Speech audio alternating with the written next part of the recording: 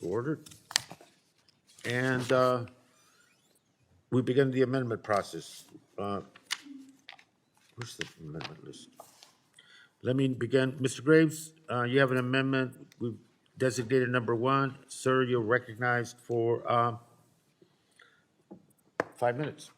Thank you, Mr. Chairman. Mr. Chairman, what this amendment does is it adds an assessment. I noted in my opening statement that this legislation is going to increase the cost of energy production in the United States. It's going to directly affect those who can least afford it. It's going to push more people into poverty.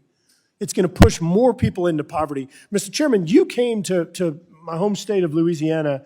I'm going to take a guess that there wasn't anybody who asked you to increase the cost of energy while you were there. I know that there were just a small handful of people that attended your event, but I don't think that anybody asked you to raise energy prices, but that's exactly what this legislation does. And it affects those that are impoverished even more. It affects them disproportionately. So what the amendment says is it simply says that we're going to include a paragraph that says that we must assess the impact on access to reliable energy sources and on electricity prices for low-income communities, minority communities, Native American communities, and senior citizens. Mr. Chairman, in listening to you earlier explain your definition of environmental justice or environmental justice communities, it sounded exactly like the communities that this provision targets. I'm going to say it again.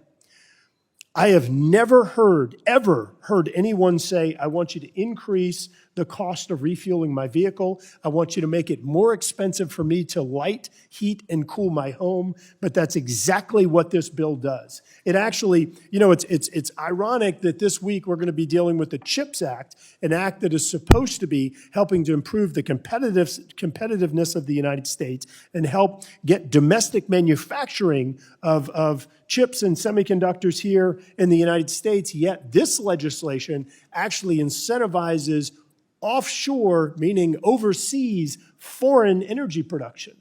It incentivizes it because it makes it cost prohibitive to do it in the United States.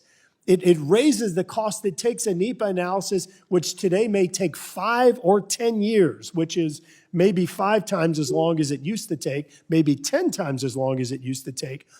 It's going to make that even longer, even farther away, and it's going to prevent investment in the United States, which is directly contrary to what the CHIPS Act objective is. So again, if you are trying to benefit these communities that you described, then this provision simply helps to assess that impact. And this should be a good governance. It should be complementary to the underlying bill, because if we're trying to improve the conditions for these community members, then let's take a look and see what happens with their electricity prices, the reliability of their energy sources, what this does in terms of becoming more dependent upon foreign energy sources, which I remind you, Mr. Chairman, this administration, you and members on your side of this committee decided that it was better to get more Russian energy. You nearly tripled our dependence upon Russian oil.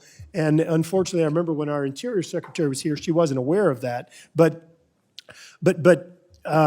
So this legislation, I remind you that nearly tripling our dependence upon Russian oil, it didn't work out well. And so if we're going to be in a situation where this legislation is going to force us to become more and more dependent upon foreign energy sources and higher prices, I just think it's really important that you be transparent to the American people that that's what your objectives are. Yield my time to Mr. Westerman.